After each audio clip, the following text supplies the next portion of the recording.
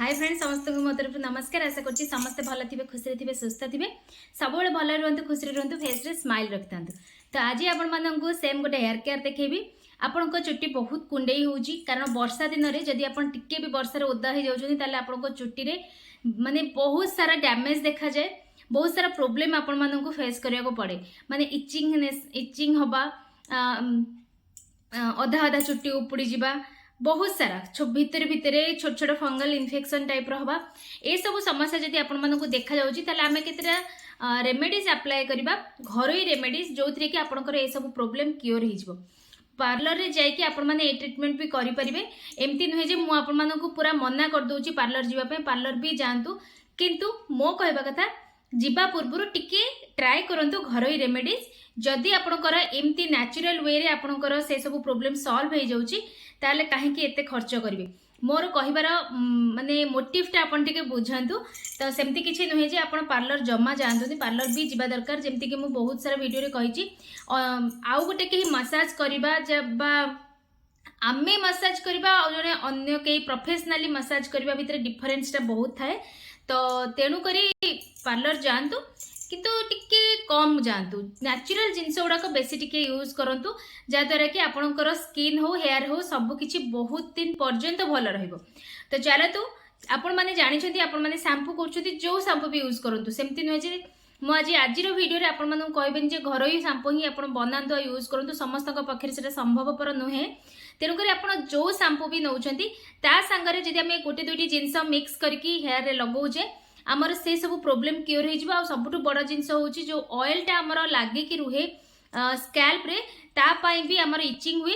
तो ताको भल भाव में सफा करिया पे हेले आपनको शैम्पू रे एई जिनसटी मिसेइबा को पड़िबो। तो चलो स्टार्ट करबा आज रे गोटे अमेजिंग वीडियो। तो जो माने आज वीडियो रे मो पे नुआ आछंती आशा करबी वीडियो को भल से देखंतु बुझंतु। एमिति कि आज वीडियो ने पूर्व वीडियो भी आपण माने देखंतु भल से देखंतु। सब बेले कहि आछि सब रेमेडी समस्तक स्किन हो हेयर रे हो काम करिवो नाही। जदि आपनकर अन्य किछि प्रॉब्लम थिबो त से बिल्कुल भी रेमेडीज आपन काम करिवनी। तो भल भाव में स्टडी करिकि आपण निज निजर केयर नियंतु। तो चलो स्टार्ट करबा आज रे गोटे अमेजिंग वीडियो। तो जेमती कहली स्टार्ट करबा आज रे वीडियो।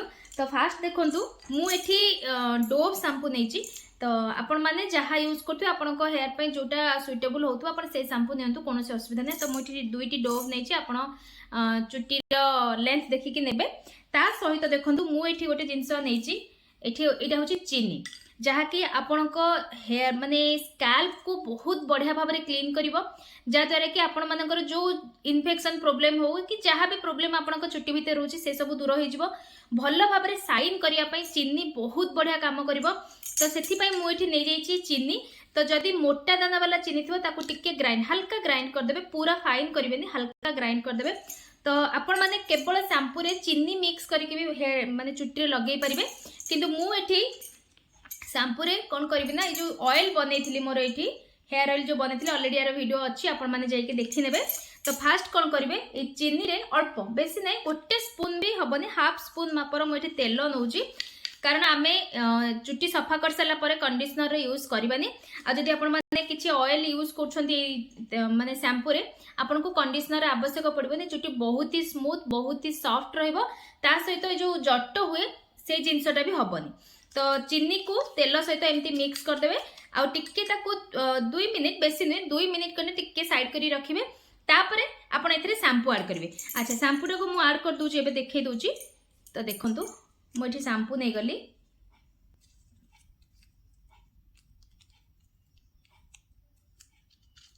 तो शैम्पू को आमे कोन करबा, तो एथरे मु जेतिकी शैम्पू दरकार मोर नै गली। तापर सब को एबे मिक्स कर दबा। आउ केबे भी शैम्पू को एमती खाली लगेबेनी। तो सेथरे मु एबे मिक्स करबी पानी। तो आपण जेतिकी शैम्पू नैथिबे तार डबल पानी नै जिवे। तापरे याकू भल भाव में मिक्स करिवे। जेतले बाथरूम रे आपण गाधेबे सेतबे ही करिवे। मु जेतो वीडियो बनै कि आपण मानु देखो सेतबे एठी बसी कि देखै दोची। तो ए सब जिंस को भल भाव में मिक्स कर देबे हाथ रे। तो भल से मिक्स हे गला परे आपण माने कोन करिवे ना, टिके मु मिक्स कर दिए, भल से मिक्स करिवे जेंति सब जिंस भल भाव में मिसी जिवो। आ पानी पकै साला परे हम जो चीनी रे पकैथबा ना सी भल भाव में पूरा पूरी माने सब जिंस रे भल से मिक्सी जिवो। देखंतु भल से मिसी गला। तापरे एमती हाथ रे आनी कि आपण माने एई भलिया टिके पार्टीशन करिकि आपण माने शैम्पू टाको फास्ट टिके चुट्टी रे लगेई नेबे। लगे एमती मसाज देवे केबे भी नखर यूज करेंगे सब एमती हाथ यूज करेंगे तो मसाजटा देले आपणकर बेनिफिट बहुत हम जो आम जो चीनीटा आड करचे ना सेटा आमर स्काल्प को भल भाव सफा कर हेल्प कर तो एमती भल भाव मिक्स करी एमती मिसई देवे आउ चुट्टी लगे सारा पर आपण चुट्टी को सफा कर दिंतु कि आउ किसी आवश्यक ना आप एमती लगे कि सबुआड़े एमती भल से टिके हाथ में हल्का पूरा हल्का हाथ में एमती चारिआडे मसाज देदेवे तापर आपण चुट्टी को भल भाव सफा कर दिंतु आउ ए रेमेडीज सबुठ भल गुण है या माने लगे कि भी माने एमती अध घंटे हो घंटे हो कि रखिबार ही नहीं इंस्टांट लगेबे 2 मिनिट भितर आपण चुट्टी को धोईदेवे तो टाइम भी बंचिबो आमर हेयर केयर भी हो ता सहित गोटे घरोई नेचुरल रेमेडीज भी आपण माने पाइगले तो बहुत सारा बेनिफिट अच्छी आपण माने जदि चाहूचंती गूगल रे सर्च करी देखंतु सुगर बा चीनी आम चुट्टी पे केते बेनिफिटेड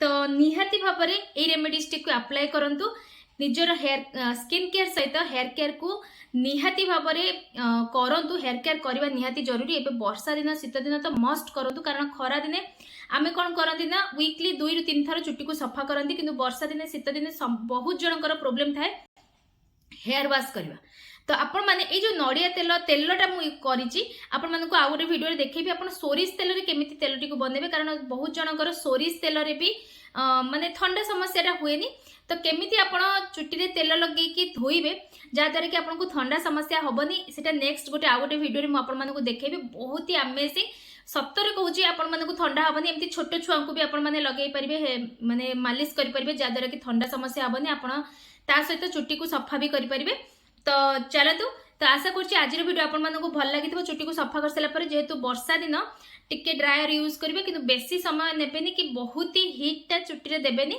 चेष्टा करेंगे फैन तले चुट्टी को सुखेबाई जेहेतु वर्षा होची जदि खरारे भी आप सुखाऊँच हल्का खरारे चुट्टी को सुखेबे पूरा टाण खरारे चुट्टी को सुखेबेनी जहाँद्वारा कि आपंकर डैमेज बढ़ीज बेसी टाण खरारे चुट्टी को सुखेले कि बहुत समय पर्यंत चुट्टी को बांधिकी रखिबेनी आमे रेमेडीज यूज करबा कि छोट छोट जिनस जदि आमे प्रिकॉशंस नबानी ताहले रेमेडीज गुडी का काम भी बहुत कम करिवो तो आशा करछि आज एई भिडियोटी आपण मानक काम रे निहाती आसीबो जदि आपनक काम रे आछि निहाती भाबरे मते शेयर करिवे मते कमेंट्स करिवे आपण मानक आउ को टाइप रो वीडियो दरकार तो चले तो पुणी देखा हबो नेक्स्ट वीडियो रे।